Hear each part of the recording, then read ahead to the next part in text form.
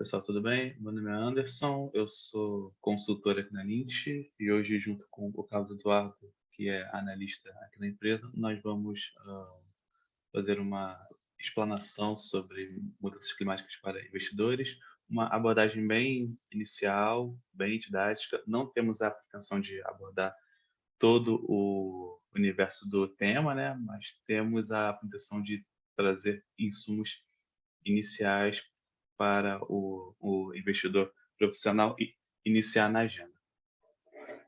Nós vamos enviar esse PowerPoint para todos os que se inscreveram nessa apresentação.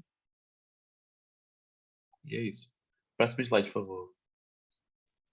Nesse mês de novembro, em comemoração à COP27 que está acontecendo no Egito, nós preparamos uma série de lives que vão acontecer nas próximas 3 semanas. Hoje nós temos a Clima para Investidores Teoria e Prática. Semana que vem, na quarta, também às 10h30, nós vamos ter o lançamento da nossa ferramenta de fatores de emissão, versão web. E na semana seguinte, nós vamos ter o lançamento da nossa ferramenta de cálculo de pegada de emissões financiadas, seguindo o padrão da PICAP. Para mais informações, vocês procurem a gente no LinkedIn, que está tudo por lá. Tudo bem? Próximo slide, por favor. Esse aqui é um sumário do que a gente vai abordar hoje, né? Eu vou começar com a apresentação do IPC, depois o Carlos entra em mudanças climáticas do Brasil e mundo, né? Ele vai trazer uma contextualização macro e micro sobre o tema, papel dos investidores na agenda e como que eles se posicionam, e por fim, a descarbonização de portfólio e medidas práticas de como você consegue endereçar o tema. Próximo slide, por favor. Sobre o IPC em si. O IPC, ele é uma iniciativa criada pela NINT em 2019 e com apoio do IX, né, através do Programa de Economia de Zero Emissões, com o objetivo de engajar e capacitar os investidores profissionais para que avancem na agenda de descarbonização. Então, é uma iniciativa brasileira, única a nível América Latina, provavelmente, onde nós realizamos todo tipo de ação relacionada a mudanças climáticas para investidores. Então, nós realizamos advocacy, nós realizamos workshops, construímos ferramentas dedicadas, engajamos com investidas e tudo mais relacionado ao tema. Próximo slide, por favor. Hoje, a iniciativa conta com 47 investidores profissionais brasileiros presentes nela, né? Temos aí por volta de 2,5 trilhões de ativos sob gestão, o que equivale a mais ou menos 50% da indústria de fundos brasileira. A indústria de fundos ali flutua em 6 trilhões, nós temos 2,5. Próximo slide, por favor. Carlos, vai lá. Bom dia, pessoal. Então, começando aqui a minha parte, contextualizando e conceituando o que são as mudanças climáticas em si. Esse vídeo que está passando aqui agora, ele acaba apresentando de maneira muito didática essa mudança e essa variação na temperatura global de 1880 até 2021. Eu gostaria de reforçar, principalmente nesse vídeo, o quanto que as altas temperaturas foram acontecendo de maneira global. Então, as mudanças climáticas, elas não acabam sendo apenas um fenômeno que acontece ou no Brasil ou em certos continentes em si. Eles acabam sendo caracterizados exatamente por essa mudança gradual causada pelo aumento da temperatura global. E isso ocorre principalmente num contexto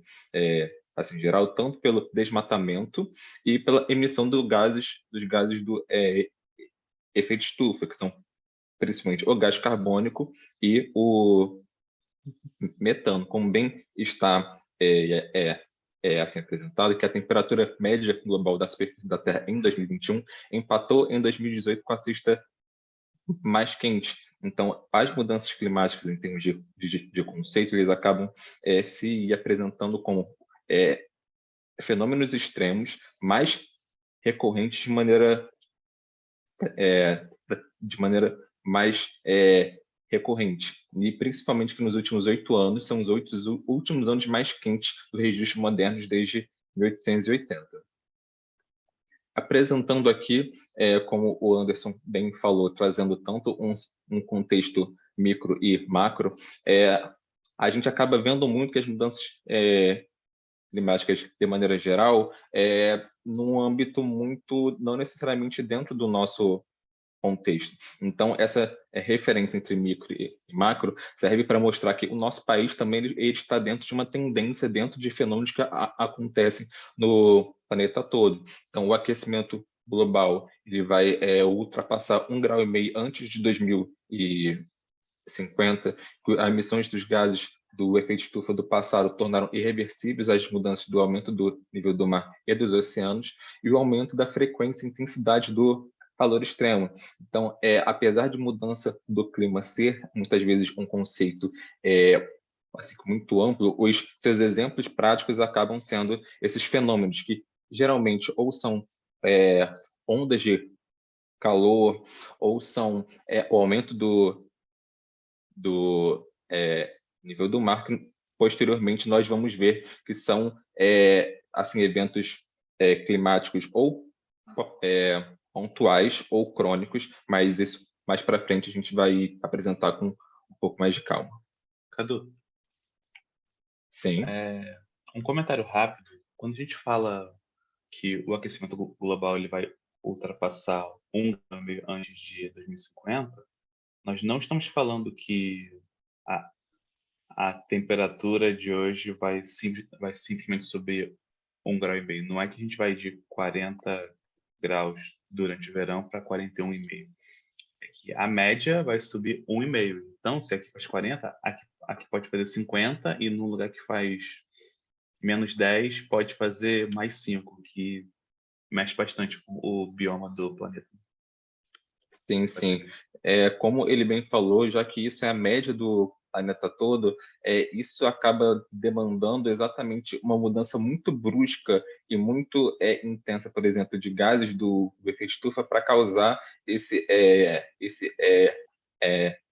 raciamento médio.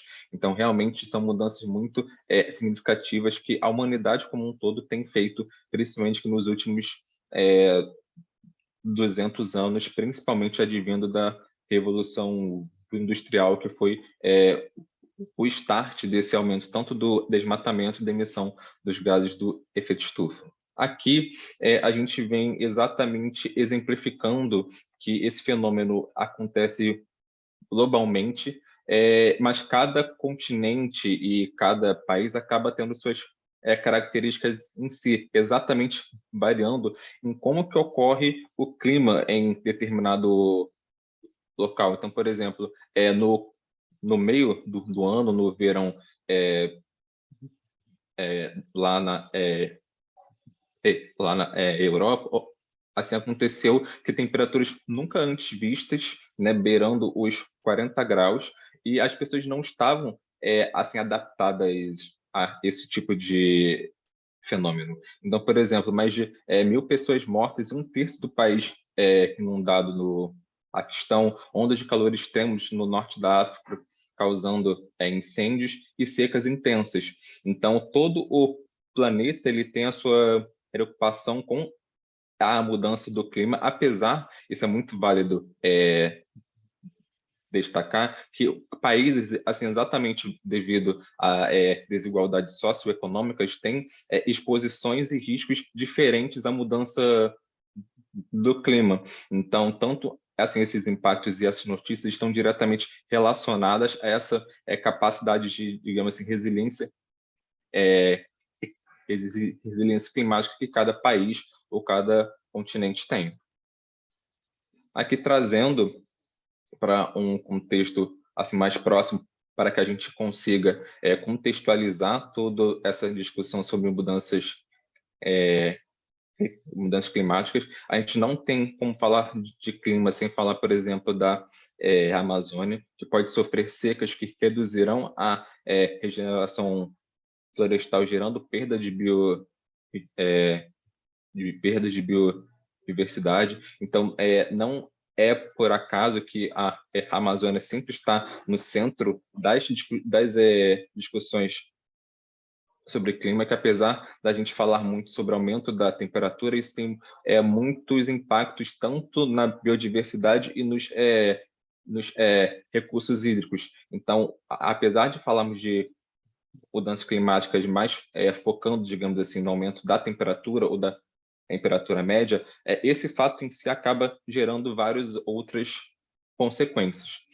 Outros dois exemplos, como no Nordeste, haverá diminuição dos recursos hídricos com impacto na vegetação e secas frequentes, enchentes e desastres naturais que reduzem a colheita e as produções dos alimentos. Então, por exemplo, nós aqui no Brasil que estamos chegando nas estações do ano assim mais quente, principalmente o verão, que é uma estação do ano caracterizada assim exatamente pela maior incidência de chuvas. Então, as mudanças climáticas, por exemplo, acabam ocasionando que as chuvas, por exemplo, e as enchentes sejam tanto mais intensas e mais recorrentes. Dois exemplos que acho que está na memória de todo mundo foram as chuvas que aconteceram no começo desse ano em Petrópolis e, por exemplo, também no sul do estado da acho no sul do estado da Bahia do ano passado. Aqui também algumas notícias assim exatamente para exemplificar que apesar também a gente falar de aumento da temperatura, não necessariamente as mudanças climáticas elas vão se dar pelo aumento da temperatura em si, e sim que ela vai acabar desregulando, digamos assim, a previsibilidade em relação ao clima. Então, por exemplo, meses como nós estamos passando agora de novembro, muitos estados e muitas cidades estão passando por frios atípicos que não são registrados há 15, 20 anos. Então, por exemplo, o frio em São Paulo que aconteceu, que atingiu 0 graus no extremo sul, um ciclone que atinge o Rio de Janeiro com ventos de até 94 quilômetros. Então, para assim, apresentar que a mudança do clima acaba sendo em si uma gama de fenômenos, uma gama de acontecimentos que não necessariamente vão ser tão nítidos assim, mas que acabam fazendo parte exatamente desses impactos. E aqui, depois dessa conceituação do que são as mudanças climáticas e como que elas ocorrem no Brasil e no mundo, a gente chega, digamos assim, na parte principal aqui da nossa live, do nosso webinar, que é mostrado por que os investidores são importantes para o combate às mudanças climáticas e porque também o clima passa a ser importante para esses investidores. Como eu bem assim falei antes, a gente pode acabar dividindo o papel dos investidores em três grupos, que é finanças sustentáveis a partir da criação de instrumentos financeiros verdes, exatamente para acabar direcionando os recursos ou as empresas que já tenham práticas mais verdes e mais sustentáveis para fomentar uma economia de baixo carbono. Os investidores eles possuem uma alta capacidade de impacto na sociedade e é exatamente por serem tanto os fomentadores da economia e por terem uma capilaridade grande na sociedade e também o engajamento climático, que é um pouco do que eu falei antes. Os investidores eles têm essa capacidade de acabar influenciando e acabarem aprimorando que as suas empresas investidas ou melhorem as suas práticas de sustentabilidade, as suas práticas para emitirem menos carbono e também assim aquelas que não necessariamente estejam ou sejam grandes emissores de carbono também façam parte desse movimento contra as mudanças climáticas. Até trazendo um pouco também desse contexto assim que da COP, é importante falar que apesar da COP e desses eventos terem um caráter mais governamental ou setor privado e também considerando o mercado financeiro, os investidores têm um papel fundamental nisso. Então, a gente só acaba nesse cenário reforçando a necessidade do engajamento da sociedade como um todo. Aqui a gente acaba fazendo assim algumas notícias que acabam reforçando tudo isso que eu falei antes, que principalmente o clima vem se tornando cada vez mais importante como uma variável para os investidores. Então, por exemplo, o clima já ameaça o setor agro, portos e até internet, mas projetos de adaptação são raros. Os efeitos das mudanças climáticas podem assim atingir custos ainda mais elevados pós 2050. Então, o clima ele passou também a ser mais importante para os investidores, porque acaba tanto gerando e agregando valor para os seus investimentos, mas também sendo um risco de perda financeiro. Então, você perde recursos, você perde em rentabilidade caso você não considere variáveis climáticas nos seus investimentos. E aqui, chegando numa parte, digamos assim, um pouco mais técnica e um pouco mais assim, referenciada, a gente acaba assim abordando de uma maneira mais metodológica riscos e oportunidades, que são até conceitos que os investidores que o mercado financeiro já tem, que já usa na sua metodologia de investimento, mas não considerando a parte climática em si. Então, por exemplo,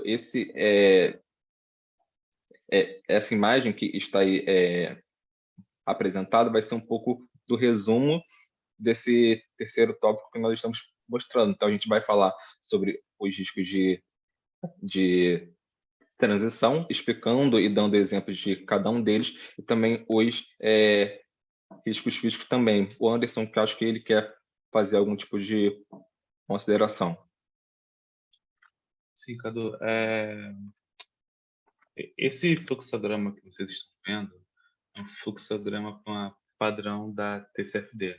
A TCFD é um guideline, né? É um guia internacionalmente aceito que está virando regulação basicamente global, né? Tanto aqui quanto na Europa.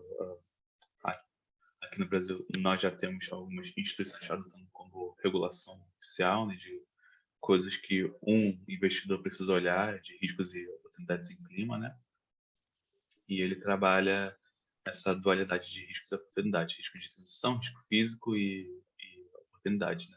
Como que isso se integra ao planejamento estratégico e gestão de riscos, quais os impactos financeiros que geram para os investidores, né? E como que você divulga isso, né? Na definição de resultados, na definição de fluxo de caixa e no seu balanço patrimonial, né? Pode seguir. A gente teve, acho que uma mensagem no chat, foi alguma pergunta? Não, pode seguir. Não? Ah, tá. Beleza. Então, como foi bem apresentado anteriormente, a gente acaba mostrando todas as características, esses grupos de risco, apresentando primeiro os riscos físicos agudos, que são esses fenômenos mais intensos, mais específicos que nós vemos. Então, por exemplo, eles são caracterizados pelo aumento da frequência e intensidade dos eventos climáticos, como ciclones, furacões e inundações, e também pela interrupção de serviços, destruição da infraestrutura. Essa imagem em si é da cidade do Recife, que também tem, digamos assim, um risco climático alto, considerando o aumento do nível assim do mar. Então é uma assim que das cidades que possuem uma vulnerabilidade climática. Então é muito importante, apesar, por exemplo, de estarmos falando de mudanças climáticas para investidores, que eles também acabem verificando esse tipo de características nos seus investimentos. Aqui passando para riscos físicos crônicos, que são exatamente essas mudanças de longo prazo no clima que podem causar, por exemplo, aumento do nível do mar ou constantes ondas de calor. O próprio exemplo que eu dei anteriormente da cidade assim, de Recife, esse aumento do nível do mar que vai impactando a cidade, apesar dele ser visto também numa chuva intensa, esse é um fenômeno gradual. Então, o aumento do nível do mar impactando principalmente as cidades costeiras não vai acontecer em processo de 1 ano, 2. Acontece num processo de décadas, séculos, que pode ocorrer de maneira mais ou menos lenta, mais ou menos visível, mas que acaba sendo principalmente visto ou nítido, infelizmente, quando ocorrem exatamente assim, esses eventos extremos como chuvas e enchente. A destruição da infraestrutura costeira para aumento do nível do mar e o prolongamento dos períodos de seca são dois dos impactos causados pela materialização desse tipo de risco. Então, por exemplo, na região Nordeste, nós temos esses dois exemplos práticos, que é o aumento do período de seca. Isso também ocorre, por exemplo, na região Centro-Oeste, que tem a seca muito bem caracterizada, principalmente de maio até outubro e novembro. Então, também o clima ele acaba impactando a cronologia desses períodos de chuva ou seca de maneira mais gradual ao longo do tempo. Riscos de transição regulatório e legal. Esse tipo de risco, a gente vai se aprofundar um pouco mais nele, porque exatamente eles acabam demandando uma maior atenção e um maior acompanhamento, tanto em tendências do mercado e principalmente tendências legislativas. Isso tanto se você acabar verificando a nível Brasil e mundo, porque muito da nossa legislação atual, da nossa regulamentação, ele vem de fora, principalmente da Europa e ou dos Estados Unidos. Então, um exemplo disso, por exemplo, que é o mercado de carbono, que é uma regulação que já é uma prática em outros países de outros continentes e que está em trâmite de legalização aqui no nosso país. Então, por exemplo, como é bem abordado no segundo tópico, alguns dos impactos desse risco são o aumento dos custos e o encalhamento de ativos carbono intensivos devido à precificação. Então, é muito importante que os investidores e as empresas tenham esse olhar atento a essas tendências do mercado e consigam ou se antecipar ou se adaptar o quanto antes para que não percam nenhum tipo de rentabilidade nos seus investimentos. Aqui são exemplos práticos de como essa agenda da regulação climática tem avançado aqui no nosso país, principalmente pelo Banco Central e pela CVM. Então, por exemplo, aqui a gente traz alguns exemplos, como a resolução do Banco Central número 139 de 2021, a resolução da CMM número 4.945, eu acabo destacando que boa parte dessas resoluções ou são desse ano ou do ano passado. Então, isso mostra o quanto que a regulação aqui no Brasil vem ganhando força recentemente. Então, é um fluxo de informações novas e que reforça a importância dessa análise de tendência de mercado em termos de regulação. Você pode complementar, Anderson. Sim, como que funciona a regulação no Brasil? Existe todo um desenvolvimento internacional, principalmente europeu, no tema, né? Então, depois que esse desenvolvimento europeu ocorre, né, nós acabamos sendo influenciados, né? Então, e depois que nós entendemos e estamos confortáveis, né, com essas novas legislações, nós acabamos importando e adotando, seja na íntegra ou parcialmente, né? O Banco Central, que regula bancos, em 2021 definiu parâmetros e basicamente definiu que toda a TCFD precisa ser divulgada pelos bancos, né? E acredito que eles colocaram como divulgação obrigatória a partir do ano que vem. A CVM, que regula empresas de capital aberto também, né? Ela começou a estudar e a definir a sua nova resolução em 2021 e essa resolução passa a valer a partir de 2023, né? A SUSEP, que é dedicada a seguradoras, é um pouco mais recente, né? Ela definiu esse ano a circular 666, onde trata de riscos ESG também, e pediu para as divulgações começarem também a partir de 2023, né? O que elas três têm em comum é que todas solicitam a adoção da TCFD na íntegra, né?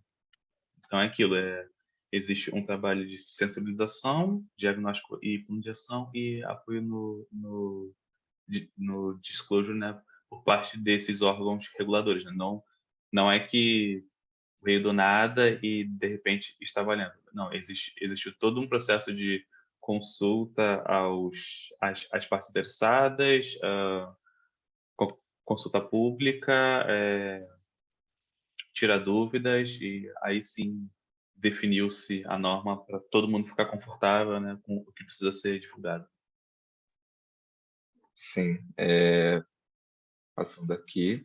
E, digamos assim, dentro dessa tendência e desse assunto de regulação climática, a gente pode falar que a litigância climática seria esse próximo passo, essa nova fronteira a ser atingida quando a gente fala de mudanças climáticas. Então, a litigância climática em si, ela é uma ferramenta jurídica utilizada para acionar o poder público, o poder judiciário e órgãos extrajudiciais para avaliar, fiscalizar, implementar e efetivar direitos e obrigações jurídicas relacionadas às mudanças climáticas. Então, a litigância climática, ela tenta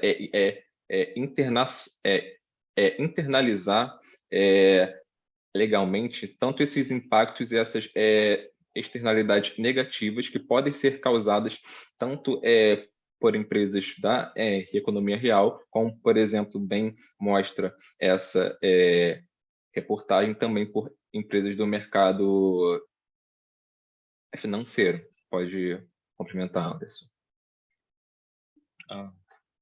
A TCFD ela traz para alguns setores, ela traz o risco específico de litigância climática e como que tais setores precisam divulgar, né? Um desses setores é o de seguradores, por exemplo, que tem ali um risco de litigância forte para ser gerenciada, né? Alguns casos de litigância climática que ocorreram tiveram alguns processos da Shell no Tribunal de Haia, que eles acabaram perdendo e tendo que se adequar conforme as solicitações lá que foram definidas em juízo, né? Então, é uma tendência que está crescendo no Brasil e no mundo e é algo para se atentar.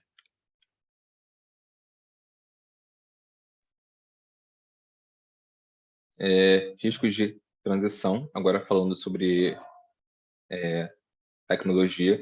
Isso acaba abordando o que a gente acabou falando bem no começo, quando a gente fala sobre riscos e oportunidades, que a partir do momento que o mundo ele está transicionando para uma economia de baixo carbono, certos empreendimentos eles acabam não sendo compatíveis com as metas e os objetivos que tanto o país e as empresas têm em relação à sua descarbonização. Então, por exemplo, usinas térmicas a carvão, como por exemplo mostra essa imagens, elas não são vistas como ativos, é, é, como é, assim ativos verdes. Então, por exemplo, tanto a taxonomia da União Europeia, ela classifica de acordo exatamente com as suas adicionalidades quais serão os tipos de empreendimentos que são considerados verdes. Então, isso acaba ajudando e direcionando quais são os recursos que podem ou não receber esses investimentos sendo rotulados como verdes. Isso passa a ser um risco de tecnologia para as empresas e os investidores que possuírem esses tipos de empreendimentos, eles se veem num dilema de ter que se descarbonizar, mas possuir ainda esses tipos de empreendimentos que nós entendemos que não vão assim desaparecer do dia para a noite, mas é muito importante que ocorra essa modificação desses tipos de ativos, por exemplo, por energias outras fontes de energias, por exemplo, ou as renováveis ou as de transição, por exemplo, como que usam gás natural. Riscos de transição de mercado, esse é até um pouco mais próximo assim, da gente enquanto sociedade, enquanto consumidores. Ele é derivado das mudanças de oferta e demanda de certos produtos ou serviços devidos às questões relacionadas ao clima. Então, por exemplo, como bem mostra a reportagem, 87% dos consumidores brasileiros preferem consumir de empresas sustentáveis. Então, isso ocorre devido ao aumento da assim, análise crítica de nós enquanto sociedade, portanto, demandar que as empresas e os serviços e produtos que elas ofertam estejam em alinhamento com essa economia de baixo carbono e os nossos próprios valores valores internos. Então, por exemplo, as empresas e os investidores que não se assim alinharem a esse tipo de mudança de comportamento, de cultura na sociedade, eles vão acabar perdendo mercado, perdendo cliente devido a essa transformação que é causada também por todo esse cenário, tanto global e nacional, das mudanças climáticas. Risco de transição, reputação. Um exemplo bem nítido que muitos de nós conhecemos, que é o greenwashing. Exatamente quando as empresas acabam ou noticiando assim que suas práticas, seus produtos e serviços com uma certa adicionalidade com benefício principalmente ambientais, que na verdade não são aquilo que realmente deveriam ser. Então, é devido à mudança na oferta e demanda de certos produtos, devido a questões relacionadas ao clima. A primeira reportagem mostra isso, que, como o Anderson falou, muito do que nós vemos são tendências de mercado que vem de fora, que uma empresa na Austrália acabou sendo investigada assim exatamente pela falta de transparência e de robustez de acordo com as suas práticas. Então, isso é tanto um olhar tanto crítico, tanto do mercado quanto os investidores que realmente querem alocar os seus recursos em empresas e em projetos que realmente têm esse tipo de adicionalidade, e nós, enquanto sociedade, também devemos ser sempre muito críticos a esse tipo de movimentação. oportunidades. A gente anteriormente finalizou a parte assim, dos riscos e a partir desse slide a gente vai acabar apresentando quais são as oportunidades que são ocasionadas exatamente quando as empresas, quando os investidores acabam internalizando as variáveis climáticas. Então, a primeira delas é sobre a eficiência no uso de recursos, que perpassa principalmente pela redução de custos com o consumo de energia, ao investir na produção de energia renovável por fontes próprias e no reaproveitamento de resíduos para cogeração, acabam sendo oportunidade para uma transição de baixo carbono. Então, um exemplo bem prático é que tanto a energia de fontes renováveis, como o exemplo dessa reportagem, né, dessa assim chamada, é que a energia solar é considerada a mais barata do mundo. Então, para que nós possamos atingir uma economia de baixo carbono, passa a ser muito importante que essas fontes de energia renovável se tornem cada vez mais acessíveis, tanto em termos de compra, instalação e principalmente manutenção. A gente também assim, entende que essa transição de tanto combustíveis fósseis, de energias, de fontes de energias de combustíveis fósseis, não é algo que vai mudar também da noite para o dia, mas essa tendência, essa transformação gradual, ela é muito importante e gera assim, oportunidades para que empresas que antes que tenham ativos ou investimentos de origem fóssil passam também a ter com energias de fontes de energias renováveis. Oportunidades, novos produtos e serviços. Um exemplo nítido são, por exemplo, o que acaba mostrando essa imagem, que são produções agroecológicas, que acabam sendo, por exemplo, o consórcio, né, que é a mistura entre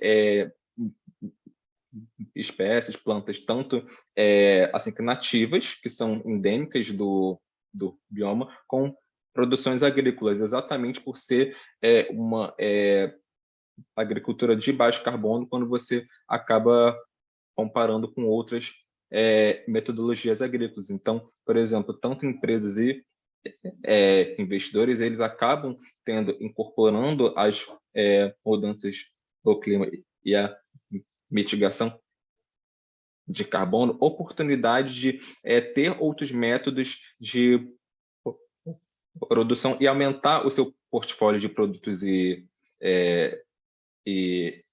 serviços. Então, por exemplo, quando nós falamos de uma produção agroecológica, ela acaba também auxiliando, por exemplo, como está apresentado, a manutenção dos recursos hídricos e a conservação da vegetação, o que acaba também auxiliando muito exatamente nessa fixação do carbono assim que na Terra, não deixando que ele acabe chegando na atmosfera. Pode falar, Anderson? Sobre novos produtos e serviços para o mercado financeiro, como que funciona, né? Quando você cria um novo produto, um novo fundo com um selo verde, né, você consegue acessar um universo de investimento que antes você não tinha acesso, né? Então, um exemplo que a gente pode citar aqui, você consegue acessar, por exemplo, o Fundo Soberano da Noruega, né? Quando você cria um fundo verde ou um fundo sustentável, né? Porque recentemente eles atualizaram o mandato deles para só investir em fundos ou instrumentos financeiros com essa rotulagem verde, né? E isso é uma tendência global. Outros fundos soberanos também estão adotando, né? Atualmente a maioria é europeia, né? Claro, mas é uma tendência global e existem outros veículos financeiros como os SLBs, SLLs, né? Onde para a empresa que cria o instrumento é bom, porque ela consegue taxa de juros menores, e para quem empresta o dinheiro também é bom, né? Porque você tem ali uma diminuição de risco de negócio e um ganho reputacional relevante, né? Sim, é interessante a gente destacar que tanto todos esses riscos apresentados e as oportunidades, elas acabam interagindo uns com os outros. Então, por exemplo, a partir do momento que você desenvolve novos produtos e serviços, você acaba gerando uma oportunidade também, é, é, uma oportunidade reputacional. Então, apesar da gente estar mostrando cada um desses riscos em separados, é sempre importante também apresentar que um acaba sendo a consequência do outro. Então, eles acabam trabalhando juntos. Oportunidade de desenvolvimento de resiliência perpassa pelo desenvolvimento de insumos e produtos adaptados e mais resilientes, reduz a vulnerabilidade das atividades e possíveis variações de receitas. Essas reportagens que estão à direita, eles acabam exemplificando muito bem as oportunidades geradas por esse desenvolvimento de resiliência. Então, por exemplo, se tanto as nossas cidades e os nossos países estão ficando cada vez mais quentes, é importante que a gente pense nas construções, na infraestrutura, tanto de prédios ou de casas, pensando nesse aumento de temperatura. Então, por exemplo, na Europa, em que as casas são construídas principalmente para reter calor dentro, porque principalmente no inverno há temperaturas muito baixas, com essas temperaturas baixas não sendo tão baixas e temperaturas mais altas sendo mais frequentes, que se torna pior para as pessoas, tanto em termos de saúde e de qualidade de vida, passarem por esse tipo de situação. Então, exatamente essa adaptação, por exemplo, voltada ao setor de construção civil, acaba sendo uma adaptação e um desenvolvimento de resiliência a partir das mudanças climáticas. E aqui a gente chega no último tópico do nosso webinar, focando em como que os investidores eles podem descarbonizar os seus portfólios e as ferramentas, as metodologias que propiciam esse tipo de atividade. Aqui a gente acaba contextualizando e apresentando as etapas do que é a descarbonização em si. É válido a gente salientar que todo esse movimento de descarbonização ele está dentro do cenário do Acordo de Paris e das NDCs, que são as metas governamentais que os países eles acabam afirmando, alguns, digamos assim, até regulamentando isso, tornando lei, outros apenas tornando como um compromisso, para que o seu país como um todo o atinja ou um aumento de temperatura X, ou, por exemplo, outras metas relacionadas à diminuição do desmatamento.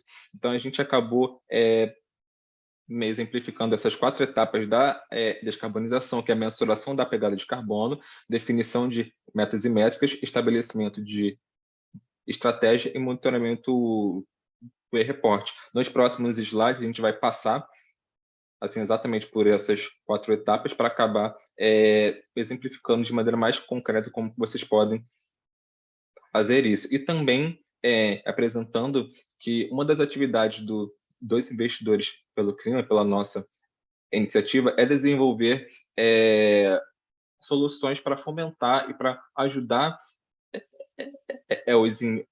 ajudar os investidores na descarbonização dos seus portfólios. Então, o IPC ele tem uma publicação dedicada ao tema e daqui a pouco a gente vai ver que nós também temos ferramentas que auxiliam nesse tipo de objetivo. primeira etapa, que é a mensuração da pegada de carbono. Pegada de carbono que é a voltada, né, na ótica dos investidores, que é a medição das emissões financiadas com o objetivo de gerenciar e identificar as oportunidades relacionadas à emissão dos gases do efeito estufa.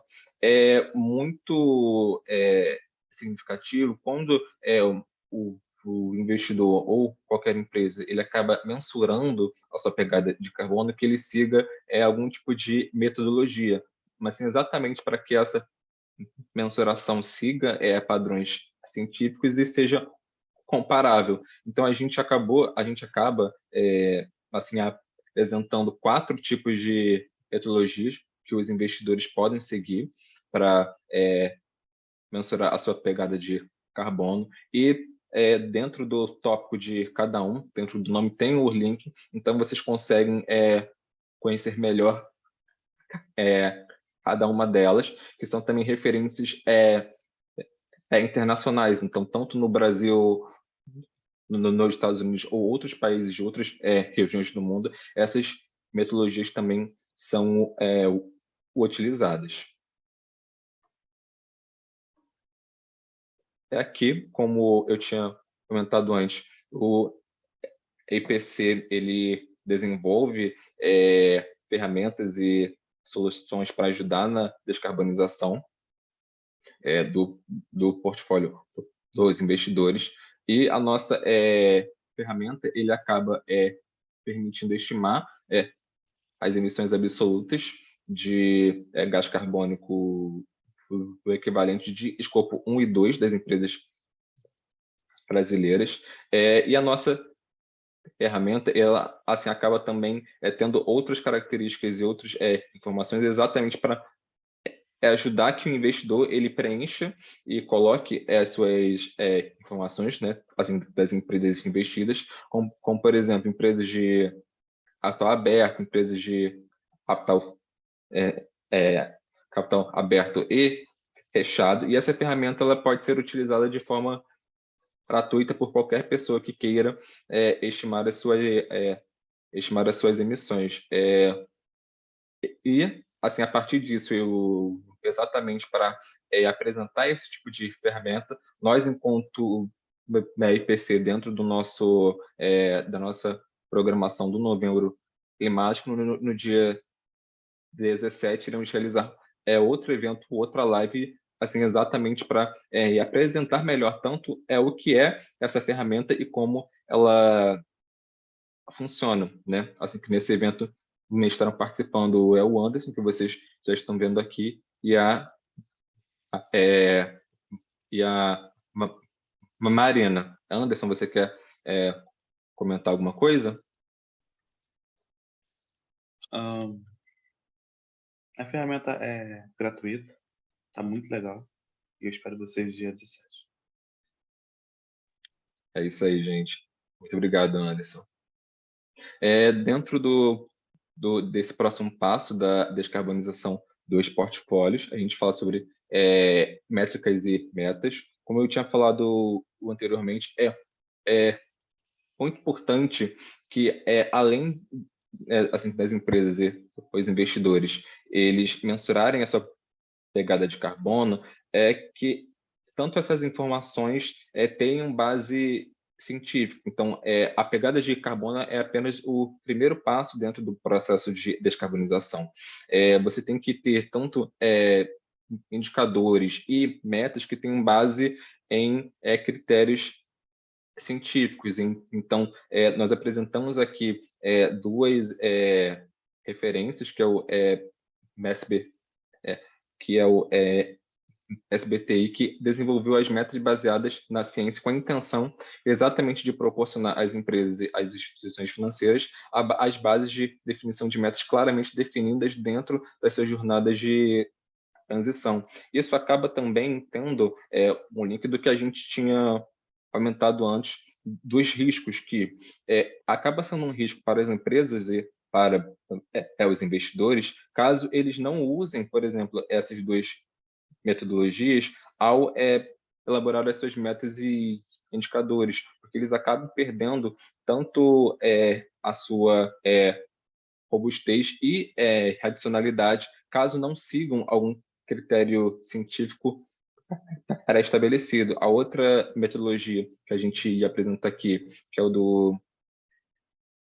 a da Montreal Carbon Pledge, que é uma iniciativa em parceria do PRI com a UNEFPI, que formaliza o compromisso de investidores com a sua mensuração e reporte da pegada de carbono das suas carteiras de renda variável a cada 2 anos. Então, para o investidor que esteja começando nessa jornada de descarbonização, é importante que ele saiba que há todo um caminho, que há toda uma trajetória já definida com as etapas que ele pode alcançar o seu objetivo de baixo carbono. Estamos quase chegando ao fim ao nosso webinar. Para quase finalizar, a gente fala sobre as estratégias de descarbonização. Então, muito além de apenas mensurar a sua pegada de carbono, possuir metas e indicadores, todos esses tópicos eles têm que fazer parte de um plano, de uma estratégia que deve estar relacionada ao modelo de negócios da companhia. Então, na busca de portfólios com menor intensidade de gases do efeito estufa, são propostas estratégias para a descarbonização que podem ser divididas em 2 categorias, que é a gestão de portfólios e propriedade ativa. Então, por exemplo, uma das práticas que é muito feita pelos investidores, que é a integração de critérios a ESG. Então, por exemplo, o investidor ele terá como métrica, ele terá como critério para ou decidir se ele vai acabar investido no ativo X ou Y, critérios ambientais, sociais e de governança, que não necessariamente vão estar assim, relacionados a clima. Então, por exemplo, pode estar relacionado ao uso, à geração ou à mitigação da geração de resíduos sólidos, ao menor consumo de água ou de, por exemplo, o uso de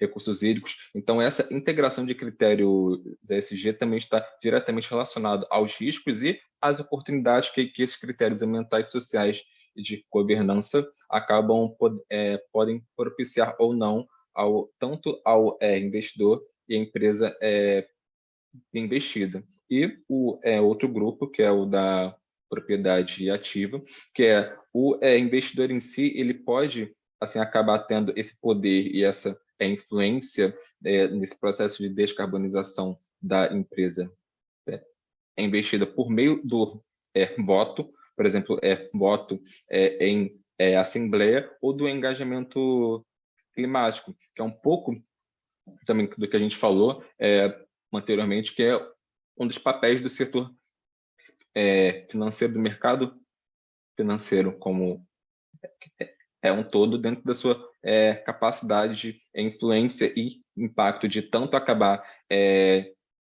direcionando e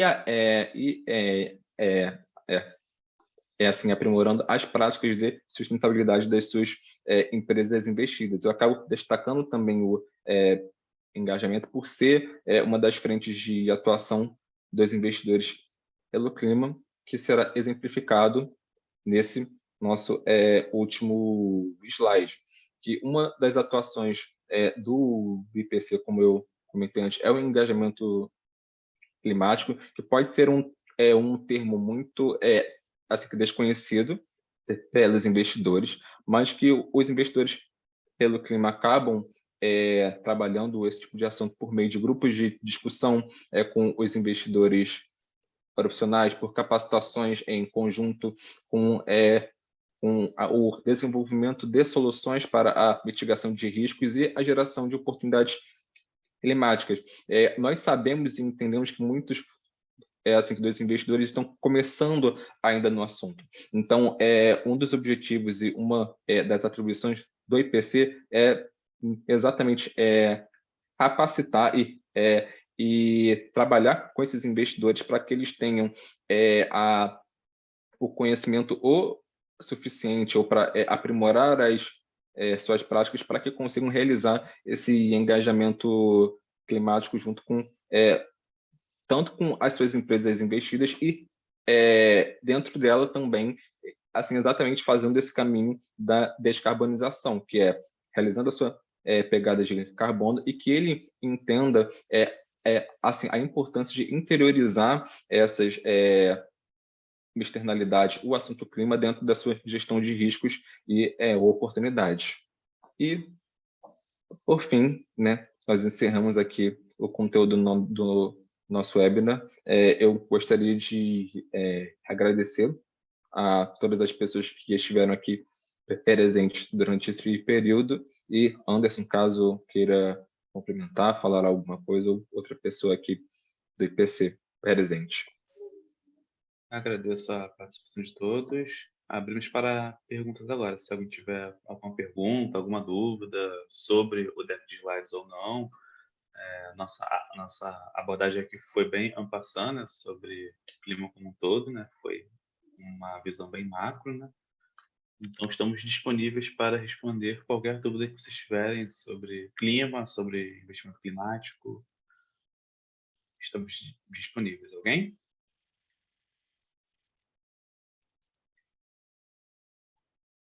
Ok. Se não há mais perguntas, eu encerro esse webinar por aqui e desejo uma ótima semana para vocês e até a próxima, tudo bem? Tchau, tchau.